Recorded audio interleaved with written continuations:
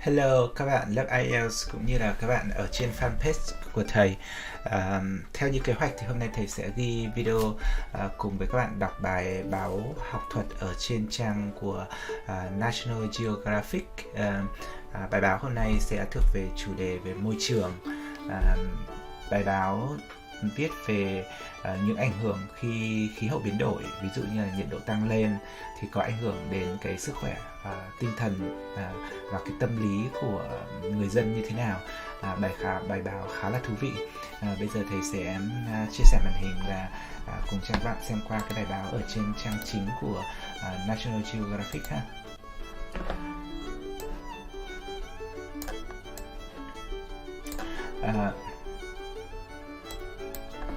Đây là bài báo có tên là Climate Change Hidden Threat, có nghĩa là những cái đe dọa tiềm ẩn của cái thay đổi biến đổi khí hậu.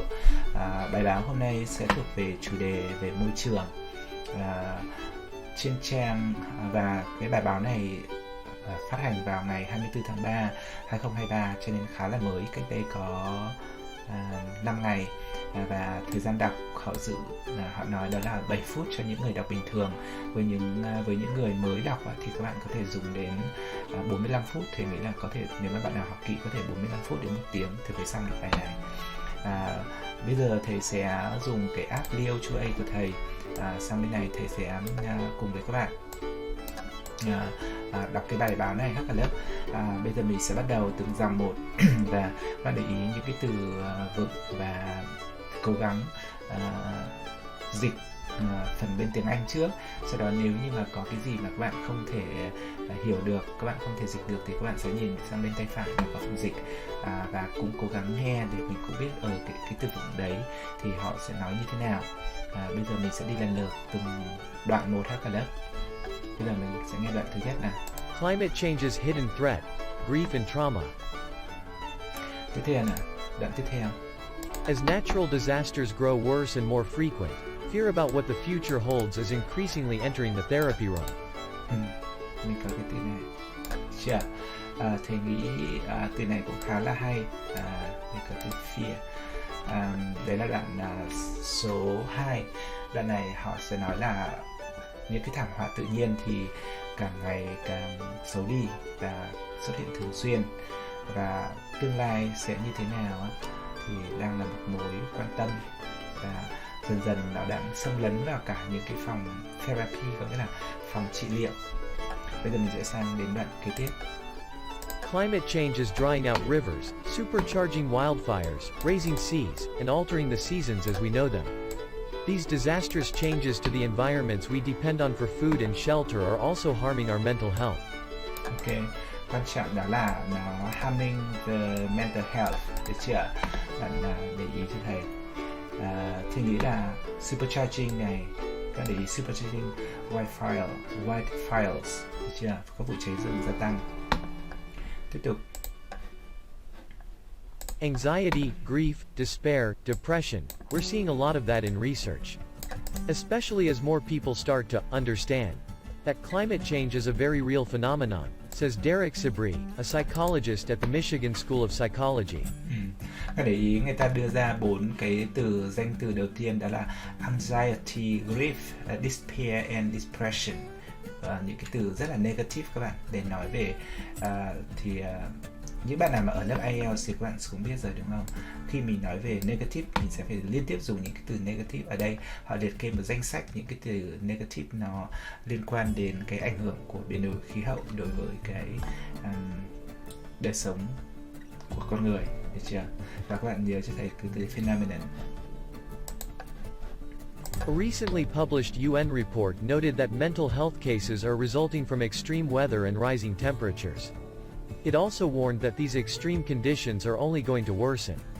In 2017, the American Psychological Association argued that trauma experts and therapists will be almost as essential as cooling centers and raised homes to help people cope with a changing planet. Ở đây là có cái từ UN thì các bạn nhớ đó là United Nations, Liên Hợp Quốc. Mình sẽ sang đoạn kế tiếp. Here's what to know about what climate change is doing to our mental health and what can be done to treat it. Được chưa? mình có thể treated. I. PTSD, the aftermath of trauma. Cái phần phát âm của họ bị sai, cái từ này đó là number one. PTSD, the aftermath of trauma, hậu quả của sang chấn. Để mình sang tiếp. When Hurricane Katrina struck New Orleans, the storm and resulting floods killed nearly 2,000 people and destroyed nearly 300,000 homes. In Katrina's aftermath, a study of 400 people found a quarter experienced post-traumatic stress disorder for 2 years following the storm. Họ nói là khi mà cái trận bão Katrina vào cái thành phố New Orleans đó thì nó đã giết chết gần 2.000 người và 300.000 ngôi nhà bị phá hủy, và cái hậu quả của nó đó là 400 người, tức là một cái nghiên cứu 400 người thì có 1/4 á, có nghĩa là có 100 người đã trải qua cái việc căng thẳng, gọi là bị rối loạn căng thẳng, bị rối loạn căng thẳng hậu cái cơn bão đó. Sau 2 năm mới tìm thấy mà vẫn còn ảnh hưởng. Xin lỗi. Bây giờ mình sẽ xem đến đoạn tiếp theo. Therapists treating natural disaster survivors say mental health issues may not always appear immediately. Được chưa? 2 to 3 years later, somebody may think they were doing great, and then boom they're not, says Dixmore Broussard, a therapist who experienced Katrina and treated those who suffered PTSD from it. Thực ra thầy cũng muốn highlight cho các bạn từ vựng, nhưng mà thầy không biết highlight từ nào, tại vì đối với thầy thì từ nào thầy cũng biết rồi ấy. Cho nên tùy các bạn phải dừng lại băng và các bạn sẽ nghiên cứu những cái từ vựng mà các bạn không biết nhé, được chưa? Chứ còn thầy cũng muốn highlight cho các bạn từ vựng, nhưng mà mỗi một người thì biết từ này, người thì không biết, người lại biết từ kia, cho nên thầy sẽ không biết highlight từ nào các bạn. Along with the typical symptoms of PTSD, nightmares, flashbacks, anxiety, Moore Broussard says she saw patients who had anticipatory anxiety, intense worry about what might happen in the future. And symptoms could come on unexpectedly or be prompted by weather reminiscent of hurricanes. Khi mà mình nói về bệnh tật ấy, thì mình hay có từ symptom, có nghĩa là triệu chứng, được chưa? Và cái từ reminiscent này có nghĩa là cái gợi nhớ, sự gợi nhớ. Đôi khi các bạn có để ý là nó rất là ảnh hưởng, là đôi khi những cái triệu chứng đấy thì nó sẽ đến, được chưa, một cách bất ngờ, và nó có thể gây ra bởi cái thời tiết mà đã từng để xảy ra những cái trận hurricane ở trong quá khứ, có nghĩa là làm họ tưởng nhớ lại những cái trận bão trong quá khứ, khi họ thấy cái thời tiết nó bắt đầu không tốt, chẳng hạn vậy. I've worked with kids who couldn't handle a thunderstorm, she says. This kind of trauma can disrupt normal brain function, according to a recently published study that tracked the mental health impacts of wildfires. People who had been impacted by wildfires struggled to focus and process their thoughts.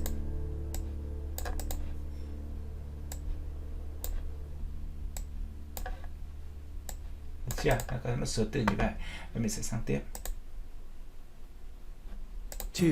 Eco-anxiety. Tiếp theo các bạn. In the past 4 or 5 years, as climate change impacts have become less abstract and more real, eco-anxiety has gone from affecting people who were very environmentally minded to being a mainstream issue, says Thomas Doherty, a psychologist specializing in climate change. Được chưa? Họ có cái từ rất là hay, đó là become less abstract. Nó không còn trừu tượng mà nó trở thành hiện thực, được chưa? Tức là nó không còn cái gì đó là một cái ý tưởng rất là vague, còn là ý tưởng rất là yếu ở trong, mà nó là trở thành hiện thực, hiện hữu, được chưa? Đã trở nên hiện thực hoặc hiện hữu. Rồi mình sẽ nói tiếp, xem tiếp, nghe tiếp. Following a record-breaking heat wave in 2021, people in British Columbia were up to 40% more likely to report feeling climate anxiety. Được chưa? Mình có heat wave, có nghĩa là những cái đợt nắng các bạn. Among young people, anxiety about how climate change will shape the future is a particularly pressing problem. Họ dùng cái từ này khá là hay, đó là particular pressing problem. Đó là một vấn đề đặc biệt cấp bách.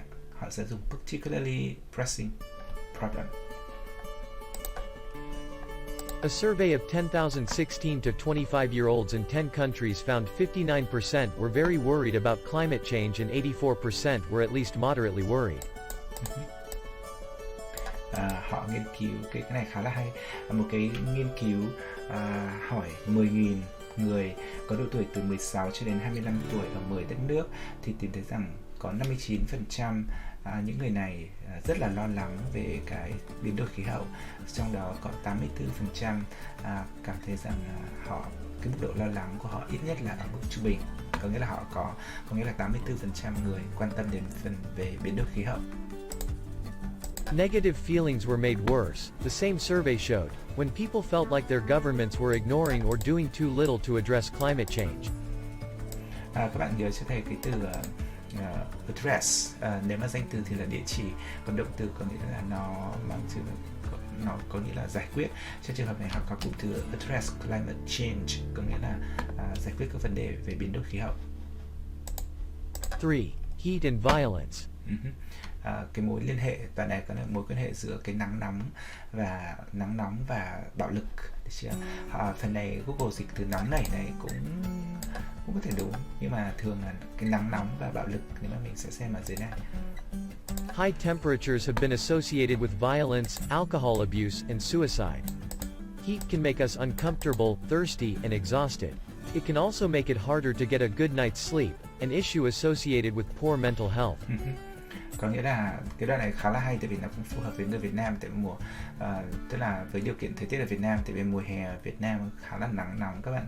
Họ nói nhiệt độ cao tức là có liên quan đến bạo lực, lạm dụng rượu bia và tự tử.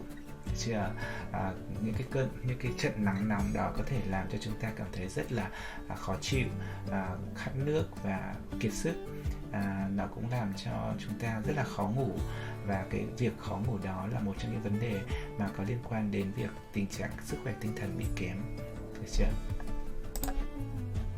It's a source of stress. You know you're uncomfortable, says Susan Clayton, an expert on climate change and psychology at the College of Worcester. If someone bumps into you, you might be more likely to jump to. That jerk did that on purpose. Có nghĩa là người ta nói là cái việc nắng nóng đó nó sẽ là cái nguồn cơn, nó là nguồn gốc của cái việc mà gây căng thẳng, và mình biết là mình không cảm thấy thoải mái trên một cái hành động nhỏ. Có nghĩa là một ai đó vô tình va vào bạn cũng nghĩ rằng là họ làm có chủ ý và kiểu muốn gây lộn, và ý của cái đoạn này là vậy. As climate change makes heat waves like those seen in the Pacific Northwest in 2021 and Pakistan in 2022 more common, it could result in more suicides.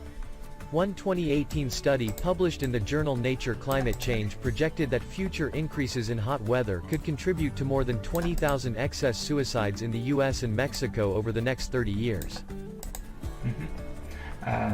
Thầy muốn các bạn lưu ý cho thầy cái từ projected ở trong trường hợp này có nghĩa là dự báo rằng nha, được chưa? Còn từ publish có nghĩa là phát hành, được chưa? Contribute, đóng góp.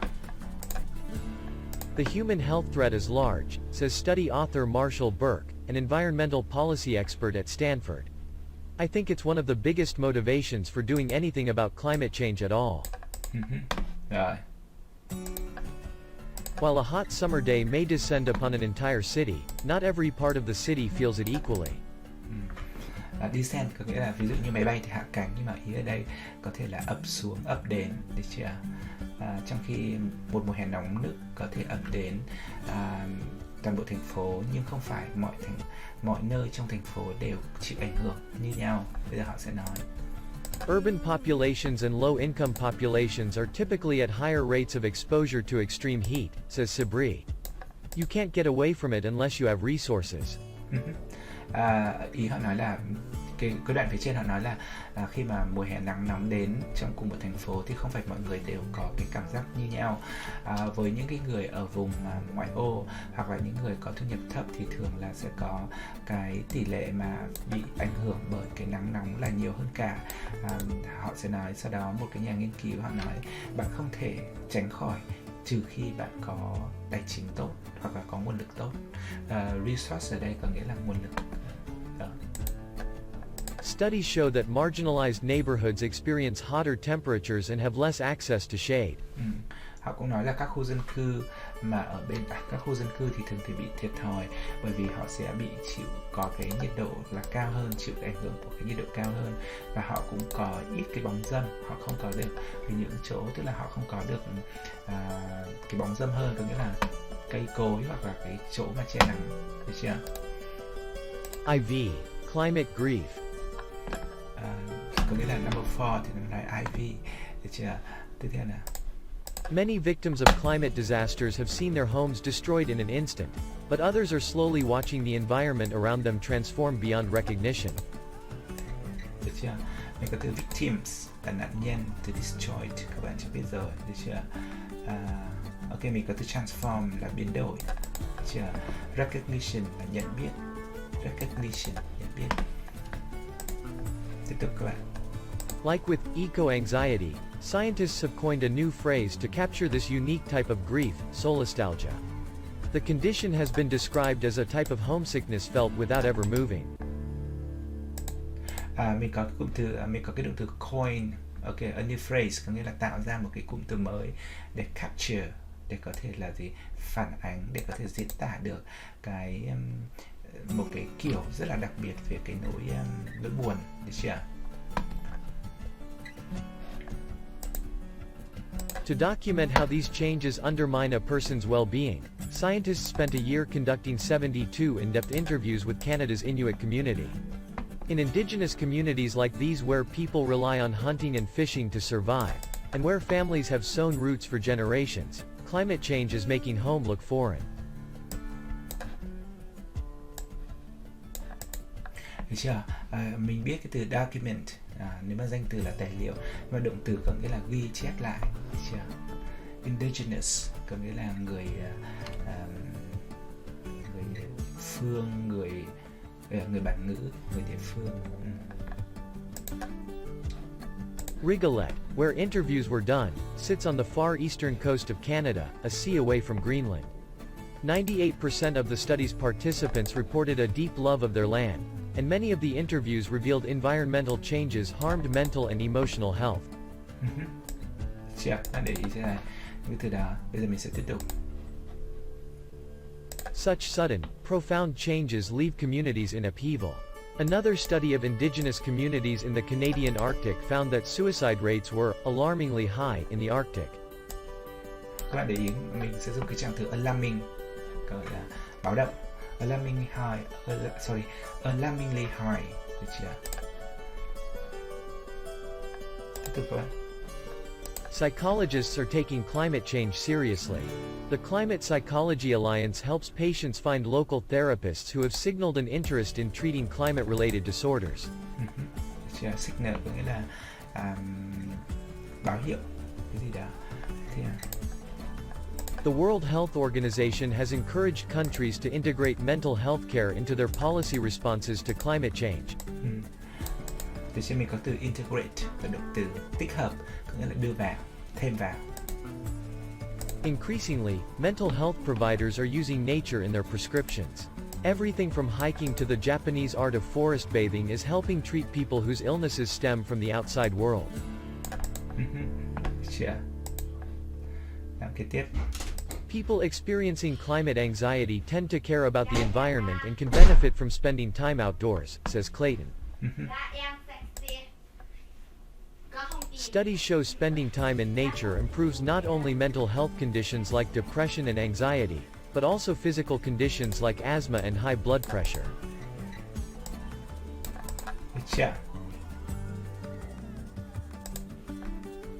Outdoor therapy helps people understand their connection to the environment and nature, says Sabri. It adds to well-being, an improved sense of self, this idea that you're a part of something. For some folks there's a spiritual element. It offers a depth of connection to themselves, other people, and creatures. Yeah, very good. Thực tế là thích cái từ a depth of connection. Connecting with a therapist or even a friend to share climate change concerns can also help. A lot of people experiencing stress from climate change report they're not always taken seriously, says Clayton. Just being validated is important. For somebody to say yes, you're right to worry about this. Ok, đấy là toàn bộ cái bài đọc hôm nay về ảnh hưởng của khí hậu đối với đời sống tinh thần của mỗi con người.